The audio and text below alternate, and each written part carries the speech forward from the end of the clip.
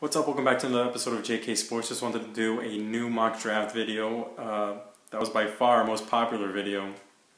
So I decided to do another one, especially considering the first wave of free agency has already passed. All the major names have been picked up and a lot of teams filled up some holes. So a lot of new players going to different teams. So let's start off with, well, not this team, Tampa Bay. I still got Jameis Winston going there. I have no reason to believe that they're going to be going with Mariota or anyone else for that matter. So sticking with that. Actually, I think the first three teams have the same player as the original mock. Tennessee going with Leonard Williams. They were able to sign Arakpo, re-sign Morgan, and Klug. So the defensive line is looking solid, but it's still not elite level, and I think Leonard Williams can really bring that up. Their defense would be really scary with those monsters on there. If Arakpo can bounce back to that 10-sack season he had just 2 years ago. Fowler going to Jacksonville. They had a fair number of sacks last year, but they don't have that monster pass rusher that you have to game plan for, and I think Fowler can definitely be that. I think out of the top 4 pass rushers that are always being put in this area, I think Fowler has the biggest upside by far. Number 4, I changed up the player, kept the same position. I'm going with Kevin White. Oakland needs to find some more weapons for Derek Carr, who had a great rookie campaign. Their number 1 receiver, I think at this point, is James Jones, who's on the wrong side of 30. So, and Kevin White has so much potential. That's why I've jumped Kevin White over Cooper. I like Cooper a lot. I'm a big fan of his, and I think he answered a lot of questions with that 40 time. But Kevin White is fast, strong, tall, and he can get those jump balls. I think he has incredible potential. Like a Julio Jones is the comparison I would make. Number 5, Washington. I think I had Randy Gregory there last time. I'm sticking with him. They need someone to replace Brian Arakpo and play opposite of Kerrigan. And I think Gregory, has the second most amount of potential out of those top pass rushers. I think Vic Beasley would make sense there also. At number 6, I have Vic Beasley going there. Todd Bowles, I think I read a statistic where no one has blitzed more than a Todd Bowles defense in the past 2 years. And the Jets really don't have any considerable pass rushers. Coples had a decent campaign. He's getting better, but he's still not someone that you're really that fearful of. And now that Todd Bowles is able to get all those cornerbacks, which is essential to his defense, I think Beasley could be the guy who really ramps it up and could get a lot of sacks in that defense, presumably. And I know Mariota is the popular pick there. I think I'm fairly certain I had him there last time, and that's really the wild card in the entire draft. Who's going to jump where to get Mariota, or if one of these top 6 teams is going to get Mariota, or even 7, possibly Chicago going with Mariota. I know Jake Cutler is not a loved man in Chicago. So 7, I have Amari Cooper going to Chicago. I know that's new. They traded Brandon Marshall to the New York Jets. And Chicago does kind of go BPA, best player available, often. And I think Cooper is definitely that. I think him or Shane Ray or Mariota would qualify for that. And I think Cooper opposite of Jeffrey would be really great wide receiver core, along with Eddie Royal. Number 8, I have Shane Ray. I'm a big fan of Shane Ray's. I would put him with the Jets, but I'm not sure he can play outside linebacker, though he did play, he did do the drills well in his pro day. So I think they need a pass rusher, and he does seem to kind of like the Dan Quinn type of player. Like they're trying to trade for Michael Bennett. That's the rumor, and I think Shane Ray could be he's very comparable to Michael Bennett. Number 9, I have the Giants definitely go BPA often, and I think Danny Shelton is a guy that would be BPA and fill in a need. They were 32nd in rushing yards per attempt last year. That's god awful, and Shelton can really help in that area.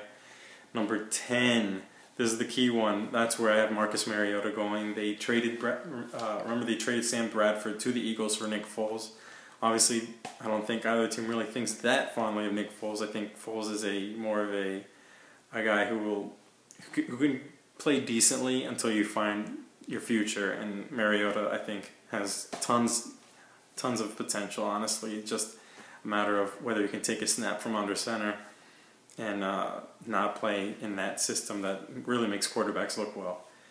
Number 11, I have, again, Devontae Parker going to reunite with his buddy Teddy Bridgewater in Minnesota. Number 12, I have Brandon Scherff going to Cleveland. I think they need some offensive line help. They've got their running backs. They were able to help their defensive line with Randy Starks, and they got Tramon Williams. So I'm not sure they would go cornerback. They did lose Skrine, but Joe Hayden and Tramon Williams is a great cornerback duo. Number 13, I have Bud Dupree. I know the Saints, they need a pass rusher, and it seems like they're going all D this year to help out Drew Brees, take the load off his back, honestly. I think they're going to go a little more run heavy and really accentuate the D. They just didn't have that many talented players on the defense, and I think Peters would have been in play, but I'm not sure. It just depends on who they want to get. And they were able to add Browner, so maybe corner would be in there, but I think they're okay at that position. Number 14, I'm kind of wary on where the Dolphins are going to go, but I went with Marcus Peters, widely considered the best cornerback in the draft. Well, I think they're going to go defense this year. Number 15, San Francisco. With the 15th pick, I have them going with Trey Waynes. Remember that they lost Culliver and Parrish Cox. I believe they added another corner, but Trey Waynes, no one with the potential that Trey Waynes has. He had that blazing speed at the combine. I think he can do real well in San Francisco. They need to go defense, quite honestly. Number 16, I have Houston going with Dorial Green-Beckham.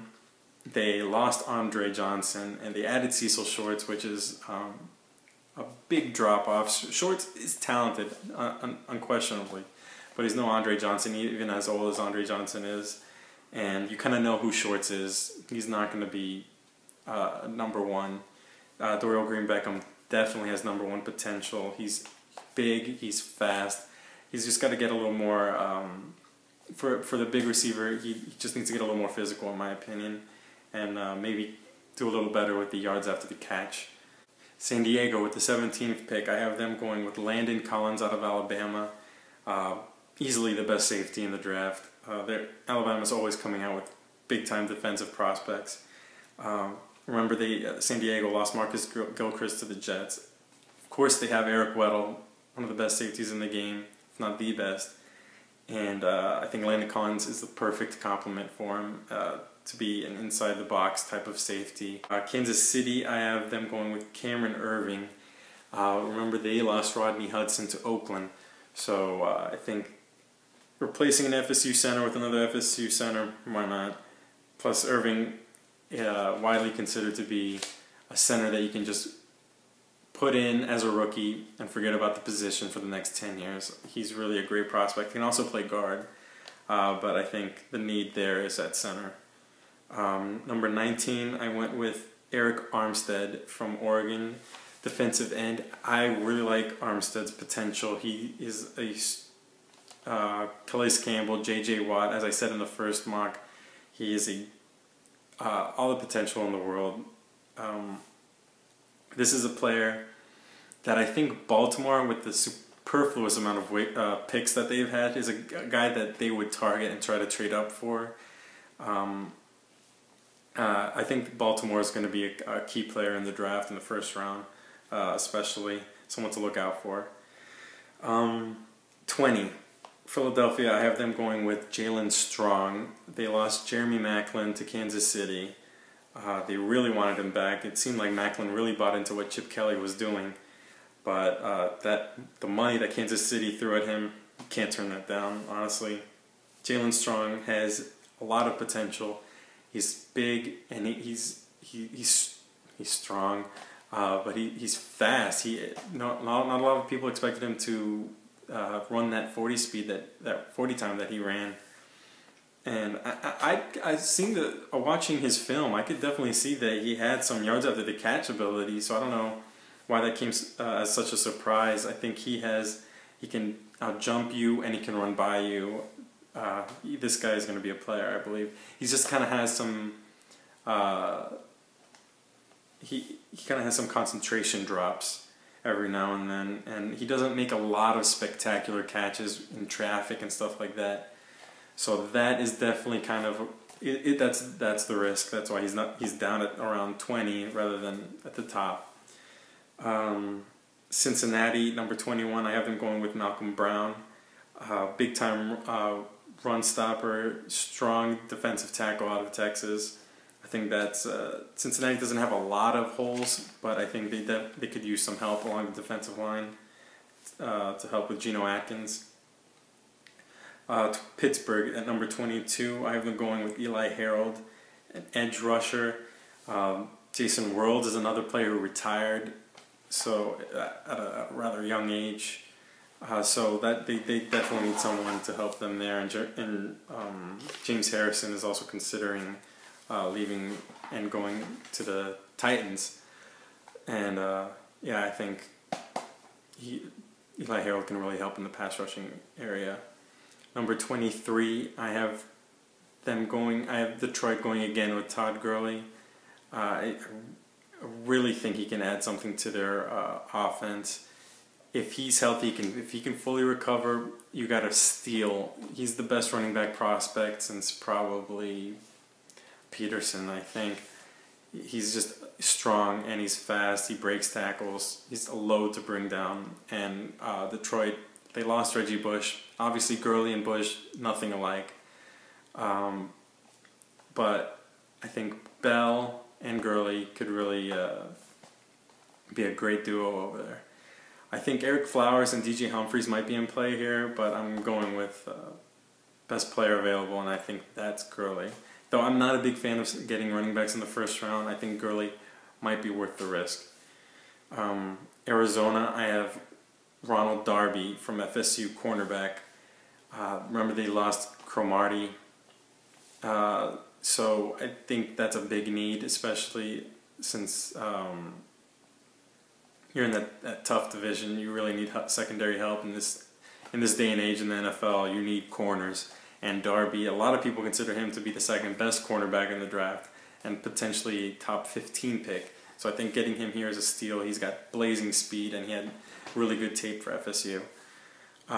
Carolina at number 25, I have them going with Eric Kendricks. Kendricks is a versatile man. He's a versatile linebacker. He can play inside linebacker, outside linebacker, and the man gets tackled. He averaged double-digit tackles for UCLA last year. That's insane.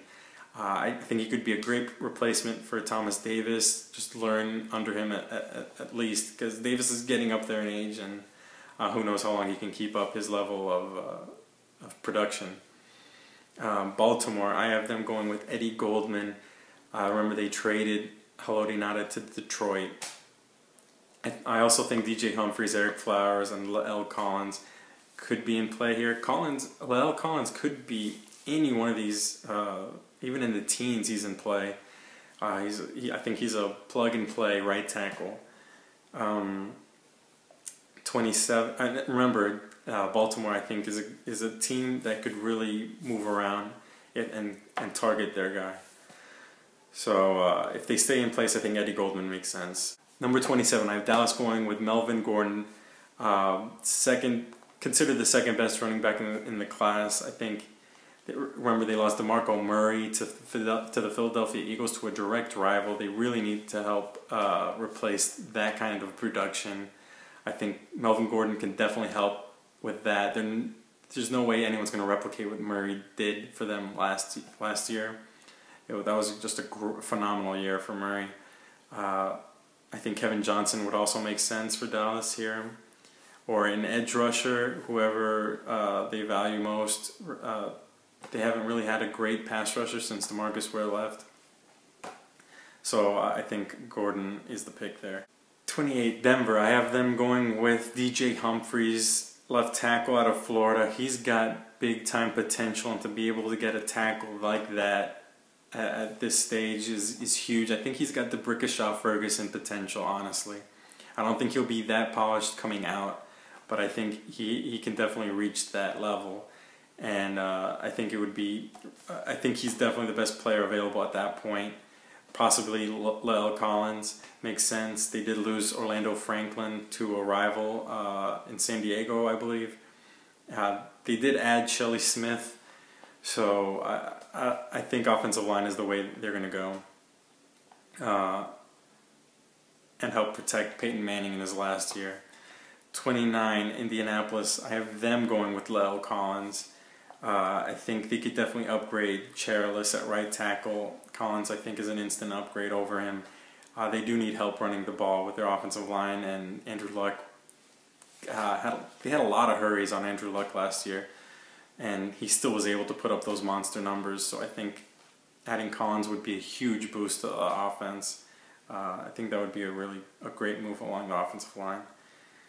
I think inside linebacker might be in play there, but I'm going to stick with La'el Collins. Green Bay, I have them going with Kevin Johnson, cornerback out of Wake Forest. They lost Devon House. They lost Tramon Williams. They definitely need to go cornerback, especially considering that they play against Detroit and Chicago twice a year. So I think that would be the smart move. New Orleans, I have them going with Denzel Perryman, middle linebacker out of Miami. Remember, I think they're going to go all-out defense with their first two first-round picks. Remember, they were able to get this pick by trading Jimmy Graham. And it really depends with this pick if they value Denzel Perryman or Bernardrick McKinney. I think either one of those is in play at that point. So it just depends on who you like, and I'm just going to go with Perryman because I like the boom that he brings. And with the last pick, New England Patriots, I have them going with Jalen Collins out of LSU. They lost Revis, they lost Browner, and I think Collins is widely considered to be a first-round cornerback. Just like the last pick, Perryman or McKinney, I'm going with either Collins or Byron Jones, whoever you value more. And still a bunch of players that are left: Shaq Thompson, Duke Johnson, Eric Flowers. I think there's going to be a lot of talent that seeps through and goes into the second round. So yeah, let me know what you guys think. Give me a like, subscribe. Let me know if you don't like the pick, what position you'd have them go. And yeah, I'll see you guys later.